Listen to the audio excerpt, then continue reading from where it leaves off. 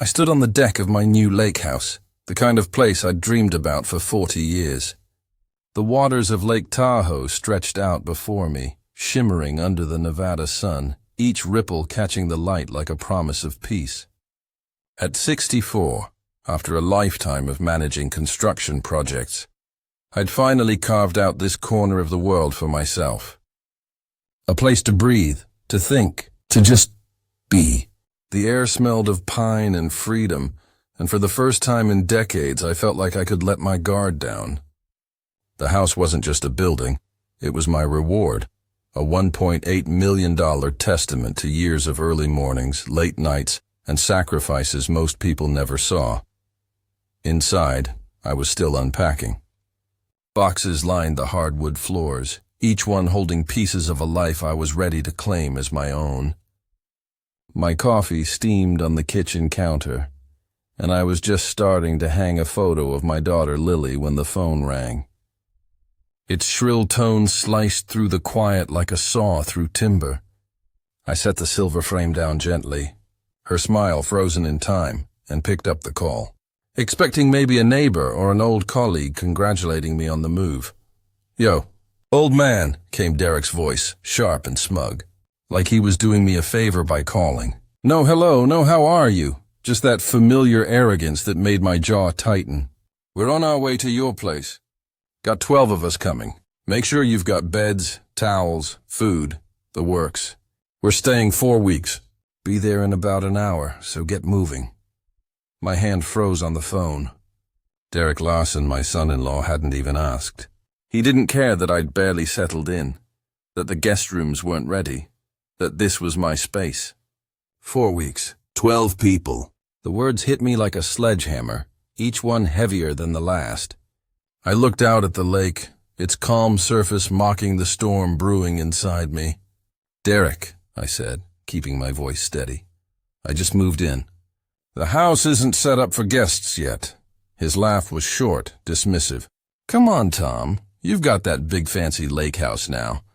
Plenty of room for family, right? Don't make this complicated." Family. The word twisted in my chest. Derek wasn't family, not really. Not anymore. He was Lily's widower, the man who'd married my daughter and then leaned on me for years after she was gone. 5 years, $250,000 in loans and handouts, and not a single thank you. Just demands. Always demands. I gripped the counter, the cool granite grounding me as I tried to reason with him. "Derek, I'm not ready for this. I need time to—" "Time?" He cut me off, his voice dripping with impatience. "You're retired, Tom. What else you got going on? Vanessa's already packed her stuff, and the crew's excited. We're practically there. Don't let us down, old man." The line went dead before I could respond. I stood there, phone in hand, staring at the unpacked boxes cluttering my kitchen. The lake sparkled outside, but Derek's words hung in the air like smoke, poisoning the peace I'd worked so hard for. 40 years of managing projects, solving problems, building other people's dreams. I'd earned this. Every nail, every beam, every dollar in this house was mine. And now Derek thought he could just barge in with his crew, like my home was some free resort for him to claim. I set the phone down, my hands trembling. Not with fear, but with something hotter. Something I hadn't felt in years. Anger. Not the fleeting kind, but the slow-burning kind that builds when you realize someone's been taking you for granted far too long. I thought of Lily, my only child, gone 5 years now to cancer. Her warm brown eyes, her gentle laugh. She'd loved Derek, believed in him, even when I saw the cracks. "Dad, he's trying," she'd say, her voice soft but firm. "Just help him out this once. Those words had become a refrain, a trap. $20,000 for his failed real estate venture. $30,000 for their wedding. Another $50,000 for a house down payment when his credit tanked. And then the medical bills, $100,000 to fight for Lily's life. I'd paid it all, gladly for her, grudgingly for him. But Derek? He'd never shown gratitude, never acknowledged the sacrifices. To him, I was just a wallet, a means to an end. I walked to the living room, where Lily's photo now sat on the mantel, the first thing I'd unpacked. Her smile was a reminder of what I'd lost and what I'd kept giving to honor her memory. But this wasn't about family. This was an invasion. 12 people, 4 weeks, no permission. Derek's voice echoed in my head. Get moving, old man. My fingers tightened around the silver frame. I wasn't just some pushover retiree with nothing better to do. I'd built skyscrapers, managed crews of hundreds, balanced budgets tighter than a drum. And I wasn't about to let Derek turn my dream into his playground. Before I go on, if you're listening to this, I'd love for you to hit that subscribe button and drop a comment below. Tell me where you're at right now, what time it is, or what you think of Derek's nerve. It means the world to keep this conversation going. I took a deep breath, the scent of fresh pine from the open windows filling my lungs. An hour, that's all I had before Derek and his crew showed up. I could feel the weight of it, the audacity of his demand, pressing down on me. But something else stirred too, a plan, forming as clearly as a blueprint in my mind. I'd spent my career solving problems, anticipating risks, preparing for the worst. Derek thought he could walk all over me. He was about to learn just how wrong he was. I moved to the kitchen, grabbing a notepad from one of the boxes. My old habits kicked in, lists, timelines, contingencies. If Derek wanted to play general, I'd show him what a real strategist could do. The lake outside sparkled, its calm surface hiding currents strong enough to pull a man under. That's what Derek didn't see coming. Not yet. But he would. The hour passed faster than I expected, like sand slipping through my fingers. I stood in my kitchen, still clutching the notepad where I'd scribbled my plan, when the rumble of engines broke the silence. Out the window, I saw dust rising from the gravel road leading to my lake house. 3 cars and a pickup truck, loaded with coolers and beach gear, rolled into my driveway like an invading army. My heart sank. Derek hadn't been bluffing. 12 people, 4 weeks. My sanctuary was about to become their playground. I moved to the front door, my hand resting on the brass handle, steadying myself. Through the glass, I watched them spill out of their vehicles. Derek led the charge, striding toward the house in designer flip-flops, his sunglasses reflecting the late afternoon sun. Behind him, his new wife, Vanessa, was already holding up her phone, filming the Lakehouse like she was scouting a movie set. "Oh my gosh, you guys!" she called out, her voice high and performative. "This place is unreal. It's like we're at a 5-star resort." Before I could open the door, Derek pushed it wide and breezed past me into the foyer.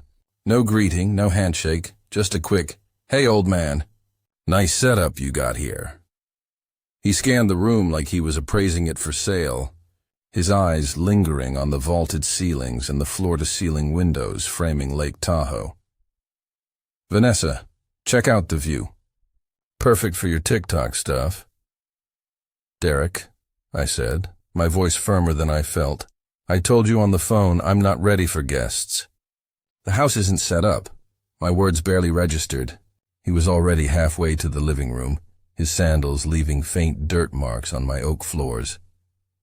The rest of his crew poured in behind him, strangers mostly, with a few faces I vaguely recognized from Lily's funeral. A guy named Chad, maybe a college buddy of Derek's, carried a cooler of beer. A woman with bright red hair, who I later learned was Vanessa's sister, Tara, dragged 2 oversized suitcases through the door. "Tom, chill out," Derek said over his shoulder, not even looking at me. "Family helps family, right? You taught me that." His tone was casual, but the words cut deep. Family. He threw that word around like it gave him a free pass to my life. I stood in the foyer, watching as his crew spread out like they owned the place. Chad popped open a beer and handed one to another guy, who was already inspecting my sound system. Tara was pointing at my infinity pool out back, squealing, "The kids are gonna lose it out there." Kids? Derek hadn't mentioned kids. I felt my chest tighten, the air in my own home suddenly heavy. "Derek, hold on," I said, following him into the living room. This is my first week here. I've got boxes everywhere. No bedding, no setup for 12 people. You can't just... He cut me off with a wave of his hand, like I was some annoying subcontractor slowing down his project. Figure it out, Tom. You're retired. You've got time. Besides, Vanessa needs the master bedroom for her morning videos. Best light in the house, right? He grinned, like he was letting me in on a joke. Vanessa, still filming, chimed in without looking up from her phone. Oh, totally. That lake view is going to get me so many followers. The master bedroom, my sanctuary. The room I'd designed with floor-to-ceiling windows so I could wake up to the lake every morning. The one place in this house I'd claimed as untouchable, where I could sit with my coffee and Lily's memory. And now Vanessa, who I'd met maybe twice, thought she could claim it for her social media empire. My hands clenched into fists, the notepad crumpling in my grip. Derek, that's not happening, I said, my voice low but steady. The master bedroom is off limits. This is my house. He turned to face me, his grin fading into something harder, colder. Come on, Tom, don't be selfish. We drove 5 hours to get here. You wouldn't want to disappoint Vanessa, would you? She's been talking about this place nonstop, selfish. The word hit me like a punch. After everything I'd done for him, everything I'd given, I closed my eyes for a moment and Lily's face came into focus. Her soft voice pleading with me years ago. Dad, Derek's just going through a rough patch. Can you help him out? Just this once? That rough patch had lasted 5 years. $250,000, a failed real estate business, a wedding I bankrolled, a car he couldn't afford, credit card debts he swore he'd pay back, and then Lily's medical bills, $100,000 to fight the cancer that took her anyway. I'd paid every cent, not for him, but for her. Because she asked. Because I loved her. But Derek? He'd never shown an ounce of gratitude. Not when I covered his MBA tuition, $40,000 over 2 years. Not when I bailed him out of debt, $25,000 for credit cards he'd maxed out on vacations and gadgets. Not even when I paid for Lily's treatments, while he complained about how her illness was stressing him out. At her funeral, he'd had the nerve to say, well, at least the medical bills are done. I'd stood by her casket, my heart in pieces, while he networked with mourners like it was a business conference.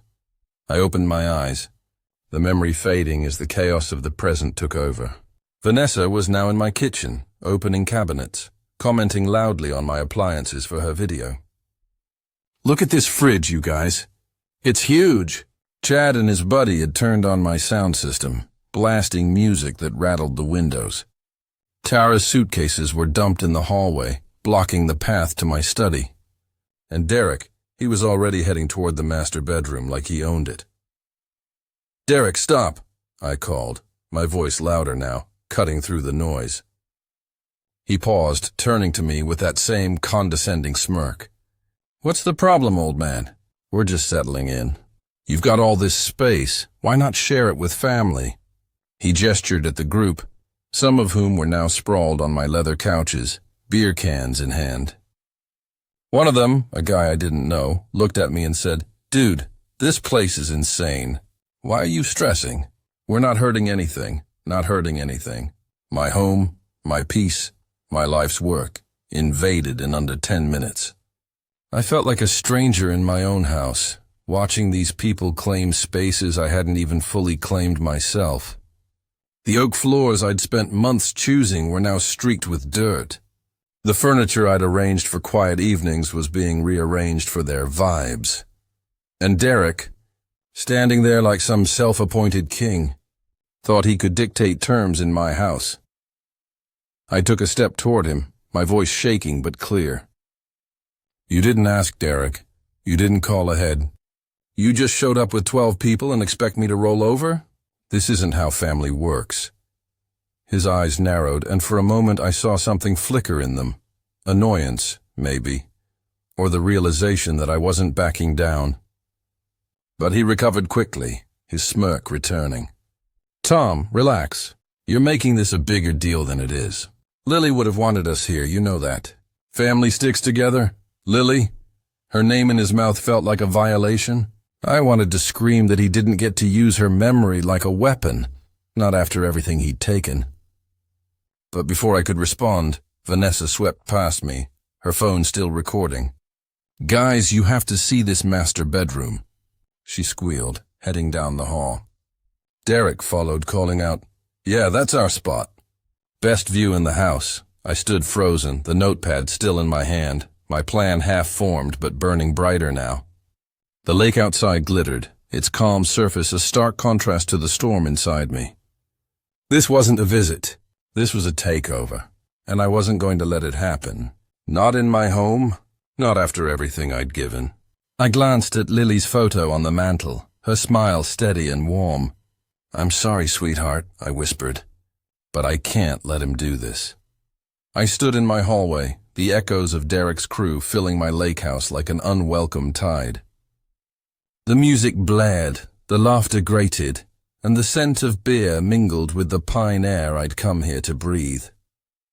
My home, my sanctuary, was slipping away, claimed by strangers who didn't even ask. Derek's words rang in my ears. Family sticks together. But this wasn't family. This was a siege, and I was done playing the gracious host. I took a deep breath, the kind you take before a big decision, and walked to my study. The door closed behind me with a soft click, shutting out the chaos. My desk, still cluttered with moving papers, faced the lake, its waters calm and indifferent to the storm inside my house. I picked up my phone, my thumb hovering over the screen. For years, I'd avoided confrontation, writing checks to smooth over Derek's crises, telling myself it was for Lily. But Lily was gone, and this was about me. My home, my peace. "Derek," I called through the door, my voice steady despite the adrenaline. "You need to get everyone out, now!" His laugh came sharp and mocking from the hallway. "Come on, Tom, don't be dramatic. We're just having fun." "Lighten up, old man," Vanessa's voice chimed in, syrupy and patronizing. "Yeah, Tom, we're family." "Why are you acting like this? Family?" That word again, twisted into a weapon. I looked at the photo of Lily on my desk, her gentle smile a reminder of what family was supposed to mean. Respect, love, not this entitled takeover. My fingers moved before I could second-guess myself, dialing 911. The operator's voice was calm, professional, a lifeline in the chaos. 911, what's your emergency?" "There are people in my home who refuse to leave," I said, keeping my voice low. "I've asked them multiple times, but they won't go." The operator asked if I was in danger, and I glanced at the locked study door. Not physically, but they're trespassing. I'm the homeowner, and I have the deed to prove it. Outside, the music paused, replaced by urgent whispers. Derek's voice cut through, loud and annoyed. "What's he doing in there? Calling his lawyer or something?" I ignored him, focusing on the operator. "I have documentation, title papers, everything. There are 12 of them, and they arrived an hour ago without my permission." The operator's tone was reassuring. "Officers are on their way, sir. Stay in a secure area. Estimated arrival is 15 minutes. 15 minutes. I sat in my leather chair, the one I'd positioned to face the lake, and waited. The study was my refuge, lined with blueprints from projects I'd managed over the years, each one a testament to my ability to solve problems. But this wasn't a construction site. This was personal. Through the door I heard footsteps, then banging. "Tom, open up!" Derek's voice had lost its smug edge, replaced by irritation. "Let's talk this out like adults. Adults." From the man who'd brought a dozen strangers to my house without asking. I didn't respond. Vanessa tried next, her voice high and pleading. "Tom, please, don't make this weird. We just wanted to spend time with you. Spend time." As if this invasion was a friendly visit. I stared at the lake, its surface catching the fading sunlight, and felt a strange calm settle over me. For the first time in years, I wasn't going to back down. The banging grew louder, then stopped. Whispers turned into arguments. Someone, Tara, I think, said, "Maybe we should just go. This is getting crazy." But Derek's voice was firm. He's bluffing. Tom doesn't have the guts to follow through. He'll come out and apologize in 5 minutes. The guts. After 40 years of building bridges, managing budgets, and keeping crews in line, he thought I lacked the guts. My hand tightened around the phone, the operator still on the line. "Officers are 10 minutes out, sir. Are you still safe?" "Yes," I said, my voice steadier than I expected. "I'm in my study, door locked." The relief was almost physical, like a weight lifting. Someone was listening, taking me seriously, not dismissing me as old man or selfish. The sirens came next, faint at first, then louder, cutting through the afternoon air like a warning bell. The whispers outside turned to panic. "He called the cops?" Chad's voice was incredulous. "For real?" The doorbell rang, not the casual tap of a guest, but the firm, authoritative press of law enforcement. I unlocked the study door and stepped into the living room. Derek's crew was scrambling, grabbing beer cans and bags, trying to look innocent. Derek stood by the front door, his face a mask of forced charm. "Officers, this is just a family misunderstanding," he said as he opened the door, his voice smooth as ever. "My father-in-law's been under stress with the move." 2 officers entered, Officer Reynolds, a tall woman with a no-nonsense demeanor, and Officer Carter, an older man with graying hair. Their presence shifted the room's energy instantly. Derek's charm faltered. Vanessa's phone dropped to her side, and the crew's casual entitlement looked suddenly out of place. "Are you the homeowner who called about trespassing?" Officer Reynolds asked, her eyes on me. "Yes, I'm Tom Whitaker," I said, pulling the deed from my desk drawer. "This is my property. These people arrived without permission and refused to leave when I asked." I handed her the papers, my hand steady despite the adrenaline. Officer Carter scanned the room, taking in the scattered luggage, the sandy footprints, the open beer cans. "How many individuals are we talking about?" he asked. 12 when they arrived, I said. Some might have left when they heard the sirens. Derek stepped forward, his smile strained. "Officers, this is a family matter." Tom's just overwhelmed. "He invited us here months ago, didn't he, Vanessa?" She nodded, her eyes wide with practiced innocence. "Yeah, we thought he'd be happy to share his new place." Officer Reynolds didn't blink. "Sir, family doesn't override property rights. The homeowner decides who stays." She reviewed the deed, then looked at me. "Mr. Whitaker, do you want these individuals removed?" The question hung in the air, heavy and final. 12 faces stared at me, some angry, some pleading, all realizing their assumptions were crumbling. "Yes," I said, my voice clear. "I want them all to leave. Now." "You heard him," Officer Carter said to the group. "You have 15 minutes to gather your things and vacate the premises. Anyone still here after that will be arrested for trespassing." The scramble was immediate. Chad grabbed his cooler, muttering under his breath. Tara shoved clothes into her suitcase, shooting glares at Derek. Vanessa stood frozen, her phone dangling uselessly. Derek tried one last time. "Tom, you're gonna regret this. Lily would be ashamed of you." "Don't," I snapped, my voice cutting through the room like a whip. "Don't you dare use my daughter's name to justify this."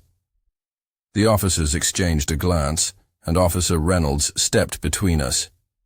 "Sir, start packing, now." Derek's face darkened, but he turned away, barking orders at his crew. Within 10 minutes, the cars were loaded, engines roaring as they pulled out of my driveway. The Lakehouse fell silent, the lake outside gleaming under the setting sun. I thanked the officers as they left, their patrol car disappearing down the gravel road. The silence was deafening, but it was mine again. I walked through the house, cataloging the damage. Beer cans on the counter, footprints on the floor, a wet towel draped over my couch. My home felt violated, but it was still standing. I started cleaning, needing to erase every trace of their invasion. That's when I found it. In the guest room, tucked under a chair, was a leather folder that must have fallen from one of Derek's bags. I opened it, expecting receipts or maybe a forgotten itinerary. Instead, my breath caught. There in black and white was a forged document, a real estate contract with my Lakehouse's address, listing it for sale. My signature was scrawled at the bottom, but it wasn't mine. Derek's handwriting was unmistakable, though. Attached were emails between him and a shady broker, discussing a quick sale. He'd used an old power of attorney I'd signed years ago for Lily's medical paperwork, twisting it to claim authority over my property. My knees buckled, and I sat hard on the bed. This wasn't just about a 4-week vacation. Derek hadn't just wanted to crash my lake house. He wanted to sell it, to steal the one thing I'd worked my whole life for. The lake outside was still, but inside me a new storm was brewing. I clutched the folder, my hands shaking, not with fear but with resolve. Derek had crossed a line I didn't even know existed, and he was about to find out what happens when you push a man like me too far. The lake house was quiet again, but it wasn't the peace I'd dreamed of. The silence felt heavy, like the calm after a storm that leaves wreckage in its wake. I stood in the guest room, the forged real estate contract still in my hands, its weight heavier than the paper itself. Derek hadn't just invaded my home. He'd planned to steal it, to sell the one thing I'd built my life around. My fingers traced the fake signature, his sloppy attempt to mimic mine, and I felt something shift inside me. Not just anger, but clarity. 40 years of managing projects had taught me one thing: problems don't solve themselves. You need a plan, evidence, and the will to act. And I was ready. I sat at my kitchen table, the lake shimmering outside under the evening stars. My phone buzzed relentlessly, notifications piling up. I ignored them, focusing instead on the folder of financial records I'd kept for years. Old habits from my construction days. Every payment, every transfer, documented for taxes and audits. Bank statements, canceled checks, wire confirmations, 5 years of Derek's emergencies, totaling $250,000. The MBA tuition I'd covered when he swore it would turn his life around. The car repairs he couldn't afford. The wedding to Vanessa, lavish beyond his means. And Lily's medical bills, $100,000 poured into her fight, every cent a prayer she'd beat the odds. Derek had never paid back a dime, never even said thank you, but he wasn't done with me yet. By morning my phone was a battlefield. Derek had taken to social media, painting me as the villain. His Facebook post hit me like a gut punch. My father-in-law kicked us out of his fancy lake house, he wrote. Called the cops on his own family like we were criminals. Money changes people. Lily would be heartbroken to see what Tom's become. Prayers for our family, please. The post had over 100 shares by noon, comments flooding in from people I hadn't spoken to in years. Disgusting, one wrote. How could he treat family like that? Another, from an old neighbor. Money really does corrupt.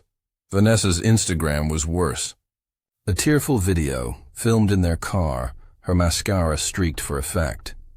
I just don't understand, she sobbed. Tom used to be so generous. We brought friends to share his new home, to celebrate with him, and he treated us like strangers. Lily always said he was the kindest man. I guess we never knew the real Tom. The comments piled on. Shock, outrage, sympathy for the poor family I'd betrayed. Even Lily's college friend Rachel chimed in. Tom, this isn't the man Lily described. What happened to you? My hands shook as I scrolled, each word a knife twisting deeper. Derek had weaponized Lily's memory, turned our shared grief into a tool for his narrative. I was the cold-hearted rich guy, hoarding my wealth while he played the grieving widower, struggling to keep his family together. It was a lie so bold it almost felt true. Almost. But I had something he didn't. Evidence. Years of it, neatly organized in my files. I called my lawyer, Ellen Carter, who'd handled my estate after Lily's death. Ellen, it's Tom Whitaker, I said, my voice steady despite the chaos. Derek's spreading lies about me online, and I found something worse. A forged contract to sell my lake house. I explained the invasion, the police, the documents. Ellen's pause was brief, professional. Tom, this is serious. With your financial records and that contract, we've got a strong case for defamation and attempted fraud. Can you bring everything to my office tomorrow? I've got it all, I said. Every transfer, every promise he made to repay. And now this. I looked at the forged contract, its edges creased from my grip. Good, Ellen said. This level of documentation is rare in family disputes. We'll hit him hard. I spent the night organizing my case like a construction project. Timelines, receipts, screenshots of Derek's old posts begging for money while flaunting vacations I'd funded. $30,000 for a trip to Hawaii. $15,000 for a business venture that never materialized. His social media was a goldmine of contradictions, each post a brick in the wall of lies he'd built. By morning, I was ready. I posted on Facebook, not with anger, but with the precision of a man who'd spent decades building things that last. I've seen posts about our family situation, I wrote. Here are the facts. I attached screenshots of bank transfers, $250,000 over 5 years, each one labeled with dates and purposes.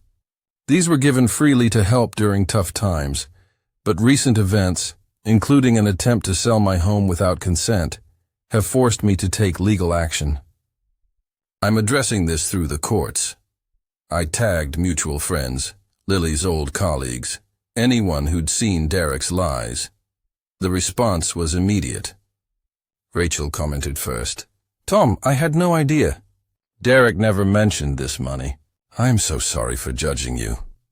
Others followed, shocked, demanding answers from Derek. His narrative was crumbling, but he doubled down. A new post. Tom's trying to rewrite history. Those were gifts, not loans. He's just embarrassed he called the cops on his own family. But his words rang hollow against my evidence. Bank statements don't lie. At Ellen's office, we built our case. The forged contract was the centerpiece, backed by my financial records and Derek's own texts promising to pay me back when things stabilize. Ellen's eyes lit up as she reviewed the folder. Tom, this is airtight. We're filing for defamation, unjust enrichment, and attempted fraud. The court will eat this up. We submitted the paperwork that afternoon, the clerk nodding with respect. This is one of the most organized filings I've seen, Mr. Whitaker. You'll get a hearing soon.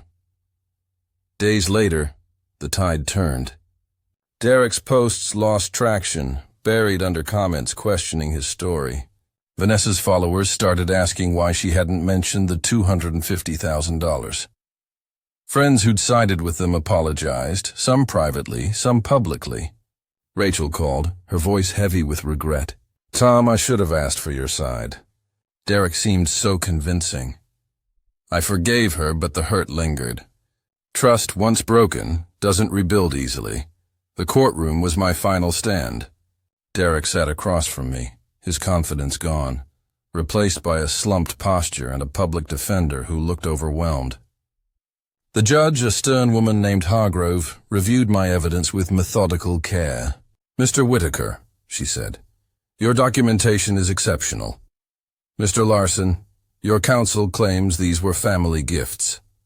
But your own statements, promises to repay, social media posts claiming poverty while receiving substantial funds, contradict that.